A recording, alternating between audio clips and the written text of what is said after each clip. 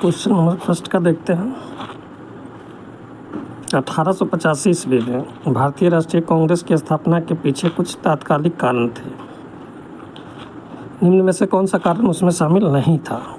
1870-80 का द्वितीय एंग्लो अफगान युद्ध, 1877 ईस्वी में दिल्ली में आयोजित शाही दरबार जब संपूर्ण भारत अकाल के चपेट में था, 1883 ईस्वी का एल्बर्ट विधेयक विवाद, 1878 का सशस्त्र अधिनियम और भारतीय भाषा प्रेस अधिनियम। इसका सही आंसर ऑप्शन नंबर ए है। 1870 से 80 का द्वितीय एंग्लो अफगान युद्ध जो है वो भारतीय राष्ट्रीय कांग्रेस की स्थापना का कारण नहीं था, जो कि ऑप्शन नंबर ए में दिया गया है। चेक कर लेते हैं इसका ऑप्शन। 1870-80 का द्वितीय एंग्लो अफगान युद्ध है।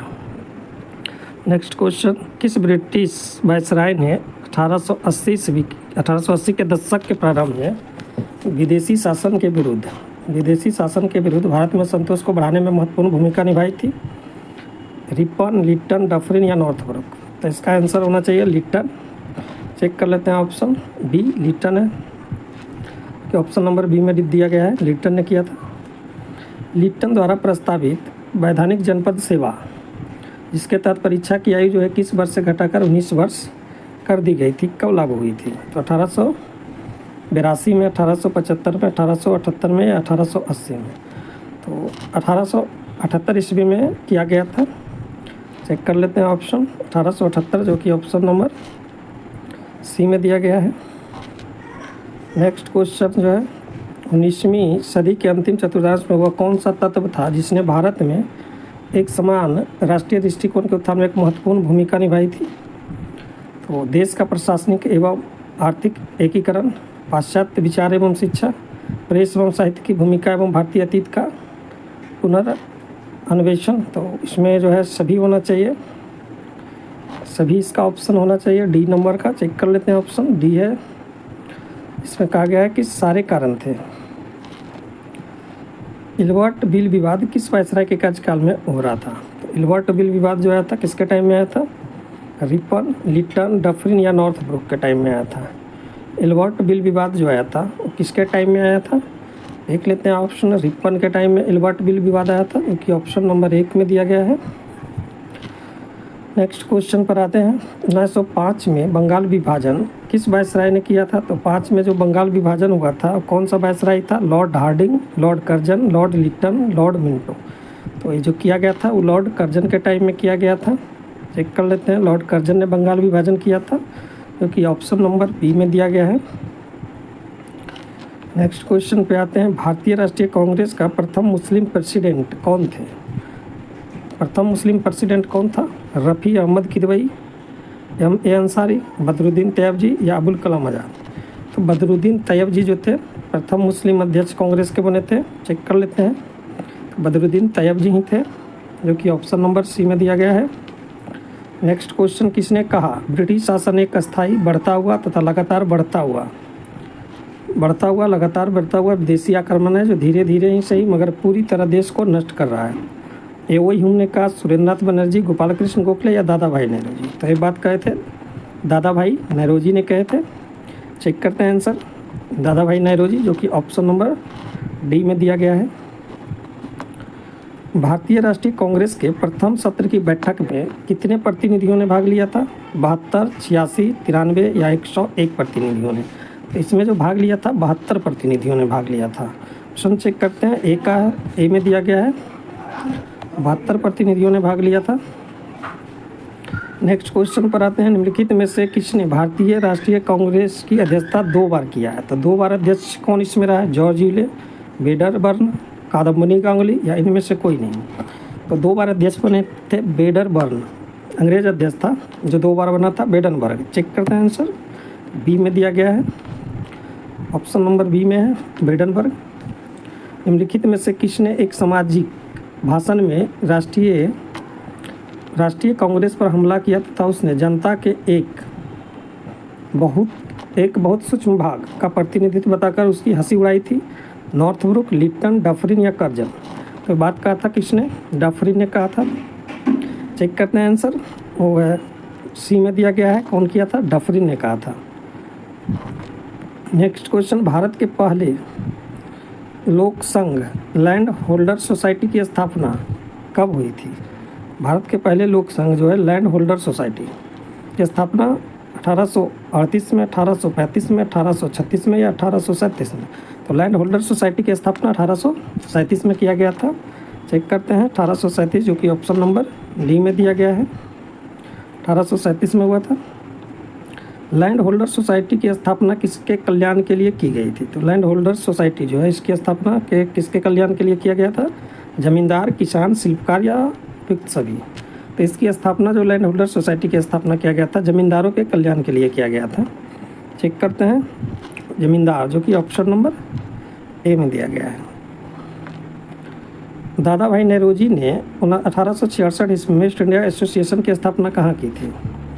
तो 1866 में ईस्ट इंडिया एसोसिएशन की स्थापना किया था कौन? दादा भाई नेहरूजी। कहाँ किए थे? मुंबई में, लंदन में, ग्लासगो में या अबरदीन में? इसका सही ऑप्शन होगा लंदन में किए थे। चेक कर लेते हैं ऑप्शन लंदन, जो कि दिया गया है ऑप्शन नंबर बी में दिया गया है। नेक्स्ट क्वेश्चन, 1870 ईस्वी में पूना सार्वजनिक सभा की स्थापना किसने की थी? तो पूना सार्वजनिक सभा की स्थापना 1870 में किया गया था। किसने किया था? बाल गंगाधर तिलक, गोपाल कृष्ण गोखले, महादेव गोविंद रनाडे या फिर सभी? इसका सही आंसर है महादेव गोविंद रनाडे। चेक कर लेते हैं महादेव गोविंद रनाडे, जो कि ऑप्शन नंबर सी में दिया गया है। नेक्स्ट क्वेश्चन, किसने कहा था भारतवर्ष तलवार के बल पर जीता गया था और तलवार के बल पर ही उसे ब्रितानी कब्जे में रखा जाएगा? भारतवर्ष को तलवार के बल पर जीता गया और ब्रितानी कब्जे में भी उसको तलवार के बल पर ही रखा जाएगा। लैंसडाउन ने कहा, कर्जन ने कहा, डफरी ने कहा या एल्गिन ने कहा? ये बात करने वाला एल्गिन था, जो कि ऑप्शन नंबर डी में दिया गया है। नेक्स्ट क्वेश्चन, किसने कहा था हमें मर्दों की तरह खुलकर कहना चाहिए? हमें मर्दों की तरह खुलकर कहना चाहिए कि हम अपनी मज्जा तक राज भोगते हैं, हमें अंग्रेजी राज से हुए फ़ायदे का ज्ञान है। किसने कहा था ये बात? दादा भाई नेहरूजी, एस.एन. बनर्जी, फिरोज़शाह मेहता या इनमें से कोई नहीं? तो ये बात कहे थे दादा भाई नेहरूजी ने। चेक कर लेते हैं ऑप्शन दादा भाई नेहरूजी, जो कि ऑप्शन नंबर ए में दिया गया है। नेक्स्ट क्वेश्चन है, किस उग्रवादी नेता ने उदारवादियों के संबंध में कहा था यदि हम साल में एक बार मेढक की तरह टर्रा टर्रा करके चुप होते रहें तो हमें कभी अपने प्रयासों में सफलता नहीं मिलेगी? लाला लाजपत राय, बाल गंगाधर तिलक, बिपिन चंद्र पाल या इनमें से कोई नहीं? ये बात बाल गंगाधर तिलक ने कहे थे, जो कि ऑप्शन नंबर बी में दिया गया है, बाल गंगाधर तिलक। नेक्स्ट क्वेश्चन, निम्नलिखित कांग्रेसी नेताओं में से किसको भारत का महान वृद्ध व्यक्ति कहा जाता है? भारत का महान वृद्ध व्यक्ति grand old man of India कहा जाता है। महात्मा गांधी, बाल गंगाधर तिलक, दादा भाई नेहरूजी या Madan Mohan Malviya? Grand man of India कहा जाता है किसको? दादा भाई नेहरूजी को कहा जाता है। सी ऑप्शन में दिया गया है कि दादा भाई नेहरूजी को कहा जाता है। क्वेश्चन नंबर 20 पे आते हैं, किस गवर्नर जनरल के कार्यकाल के दौरान भारतीय राष्ट्रीय कांग्रेस बनी थी? तो भारतीय राष्ट्रीय कांग्रेस जो बना था उस टाइम कौन था गवर्नर जनरल? लॉर्ड कर्जन था, लॉर्ड रिपन था, लॉर्ड विलियम बेंटिक था या लॉर्ड डफरिन था? भारतीय राष्ट्रीय कांग्रेस की स्थापना के टाइम में गवर्नर जनरल लॉर्ड डफरिन था। चेक कर लेते हैं ऑप्शन नंबर डी में दिया गया है लॉर्ड डफरिन। नेक्स्ट क्वेश्चन पे आते हैं, भारतीय विश्वविद्यालय अधिनियम 1904, जो भारतीय विश्वविद्यालय अधिनियम है 1904 किस वायसराय के काल में पारित किया गया था? Lord Curzon, lord Ripon, lord Hardinge या लॉर्ड लिप्टन? तो किया गया था लॉर्ड कर्जन के टाइम में किया गया था, क्योंकि ऑप्शन नंबर ए में दिया गया है लॉर्ड कर्जन। भारतीय सिविल सेवा में चुने गए पहले भारतीय का क्या नाम था? तो भारतीय सिविल सेवा में चुने गए पहले भारतीय जो थे सी.आर. दास, सत्येंद्रनाथ टैगोर, सरोजनी नायडू या लाला लाजपत राय? तो सत्येंद्रनाथ टैगोर जो थे ICS में चुने गए थे, पहले भारतीय थे। चेक कर लेते हैं ऑप्शन सत्येंद्रनाथ टैगोर, जो कि ऑप्शन नंबर बी में दिया गया है। नेक्स्ट क्वेश्चन पर आते हैं, इंडियन नेशनल कांग्रेस के संस्थापक कौन थे? इंडियन नेशनल कांग्रेस के संस्थापक व्योमेश चंद्र बनर्जी थे, माइकल ह्यूम थे, एलन ऑक्टेवियन ह्यूम थे या महात्मा गांधी थे? तो एलन ऑक्टेवियन ह्यूम थे, जो कि ऑप्शन नंबर सी में दिया गया है, Allan Octavian Hume. Next question आता है कि भारतीय राष्ट्रीय कांग्रेस के 1905 के बनारस अधिवेशन के अध्यक्ष कौन थे? दिनसा बाचा, सुरेंद्र नाथ बनर्जी, फिरोज़शाह मेहता या गोपाल कृष्ण गोखले? 1905 का बनारस अधिवेशन जो कांग्रेस का हुआ था उसमें गोपाल कृष्ण गोखले जो थे वही अध्यक्ष थे। चेक कर लेते हैं गोपाल कृष्ण गोखले, जो कि ऑप्शन नंबर डी में दिया गया है। नेक्स्ट क्वेश्चन पर आते हैं, उदारवादियों की कार्य पद्धति को किसने भिखमंगी राजनीति की संज्ञा दी है? तो भिखमंगी राजनीति जो है उसकी संज्ञा किसने दिया है? उग्रवादियों ने, वामपंथियों ने, गांधीवादियों ने, या इनमें से कोई नहीं? तो ये जो दिया था उग्रवादियों ने दिया था। किसने दिया था संज्ञा? उग्रवादियों ने। चेक करते हैं आंसर। आंसर एक है जी, ऑप्शन नंबर ए में दिया है, उग्रवादियों ने। नेक्स्ट क्वेश्चन आता है, ब्रिटिश साम्राज्य के अंतर्गत स्वशासन की मांग सबसे पहले किसने और कब की थी? ब्रिटिश साम्राज्य के अंतर्गत सबसे पहले स्वशासन की मांग कब और किसने किया था? गोपाल कृष्ण गोखले 1905 में, दादाभाई नौरोजी 1904 में, दादाभाई नौरोजी ने 1906 में, इनमें से कोई नहीं। तो इसका ऑप्शन गलत दे रखा है। इसका आंसर होना चाहिए दादाभाई नौरोजी 1906 में किए थे। चेक करते हैं आंसर। दादाभाई नौरोजी 1904 ईस्वी में, जो कि गलत है। इसका आंसर जो होगा वो सी होगा, दादाभाई नौरोजी 1906 में किए थे। नेक्स्ट क्वेश्चन 27, 1897 में किसकी गिरफ्तारी के बाद राष्ट्रीय कांग्रेस में एक नया मोड़ आया था? मदन मोहन मालवीय, सुरेंद्रनाथ बनर्जी, बाल गंगाधर तिलक या गोपाल कृष्ण गोखले? तो बाल गंगाधर तिलक थे, जो कि ऑप्शन नंबर सी में दिया गया है, बाल गंगाधर तिलक। नेक्स्ट क्वेश्चन पर आते हैं, निम्नलिखित में से किसने इंडियन नेशनल कांग्रेस की नरम दलीय राजनीति की व्यवस्थित आलोचना न्यू लैंप्स फॉर ओल्ड के शीर्षक लेखों की श्रृंखला में की है? तो सैयद अहमद खान, वीर राघवाचार्य, आरसी दत्त, अरविंद घोष। तो इसका आंसर अरविंद घोष है। चेक कर लेते हैं। डी दिया गया है ऑप्शन अरविंद घोष। भारत में लॉर्ड कर्जन के प्रशासन की तुलना औरंगजेब से किसने किया था? तो लॉर्ड कर्जन के प्रशासन की तुलना औरंगजेब से किया था गोपाल कृष्ण गोखले, एनी बेसेंट, दादाभाई नौरोजी या बाल गंगाधर तिलक? तो इसका सही आंसर होता है गोपाल कृष्ण गोखले। चेक कर लेते हैं आंसर। गोपाल कृष्ण गोखले, जो कि ऑप्शन नंबर ए में दिया गया है। नेक्स्ट क्वेश्चन पर आते हैं, राजा जनता के लिए बने हैं, जनता राजा के लिए नहीं बनी है। राजा जो है जनता के लिए बने हैं, राजा जनता राजा के लिए नहीं बनी है। राष्ट्रीय आंदोलन के दौरान फिर में से किसने यह वक्तव्य दिया था? आरसी दत्त ने, दादाभाई नौरोजी ने, गोपाल कृष्ण गोखले ने, सुरेंद्रनाथ बनर्जी ने? तो ये जो दिए थे दादाभाई नौरोजी ने दिए थे। ऑप्शन चेक कर लेते हैं। तो दादाभाई नौरोजी, जो कि ऑप्शन नंबर बी में दिया गया है। नेक्स्ट क्वेश्चन पर आते हैं, निम्नलिखित भारतीय नेताओं में से कौन एक ब्रिटिश द्वारा इंडियन सिविल सर्विस से बर्खास्त किया गया था? तो कौन था जिसको इंडियन सिविल सर्विस से बर्खास्त किया गया था? सुभाष चंद्र बोस, सत्येंद्रनाथ टैगोर, सुरेंद्रनाथ बनर्जी या आरसी दत्त? तो सुरेंद्रनाथ बनर्जी जो थे उनको निकाला गया था। चेक कर लेते हैं ऑप्शन कौन सा सही है। तो सुरेंद्रनाथ बनर्जी, जो कि ऑप्शन नंबर सी में दिया गया है। नेक्स्ट क्वेश्चन पर, इंडियन एसोसिएशन द्वारा कलकत्ता में आयोजित अखिल भारतीय राष्ट्रीय सम्मेलन कब हुआ था? तो अखिल भारतीय राष्ट्रीय सम्मेलन इंडियन नेशनल कॉन्फ्रेंस कब हुआ था? 1884, 1881, 1882, 1883? तो किया गया था 1883 ईस्वी में किया गया था। चेक कर लेते हैं ऑप्शन 1883 में, जो कि ऑप्शन नंबर डी में दिया गया है।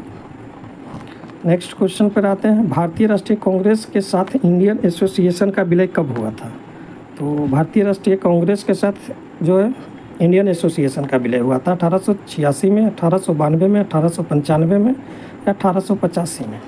तो 1886 ईस्वी में विलय किया गया था।